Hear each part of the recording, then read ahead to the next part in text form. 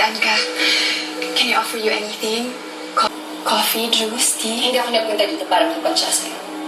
Mukha akong matalino, may pinag-aralan. Saan ka ba gumaduate ka? Sa Anaconda University? At natabunan na ng konsepto mo ang pinag-aralan mo ng tama at mali? At sa may asawa ka kapalumandi? Kung may dignidad ka pa, tigilan mo na ang kuya ko. Kuya ko. Kung kaya ko lang, matagal ko nang ginawa. Pero mahal ko ang kuya mo at nagmamahalan kaming dalawa. Pwede ba? Kilabutan ko sa mga pinagsasabi mo. Dahil pag mamayari na ni Ivan ang kuya ko, at pag may nagmamayari na hindi na dapat ito inaagaw pa dahil desperada lang ang gumagawa mo.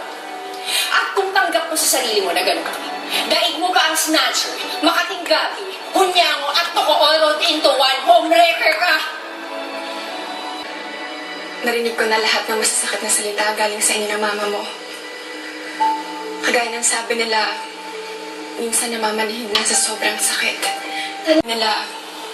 Minsan namamanhid na sa sobrang sakit. Talagang mamamanhid ka dahil sadyang makapal talaga ang balat mo. Pwes, tingnan natin kung gaano katibay si Pura pag nalaman mong nalaglag ang dinadala ni Ivon dahil sa'yo. Binabalik ko ni Ivon ang kuya.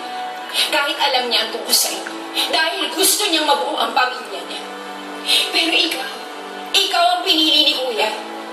Kaya dahil sa sama ng loob, nalaglag ang dinadala ni Ivon. At kasalanan mo itong manantika. Ikaw ang pumatay sa anak ni Ivon!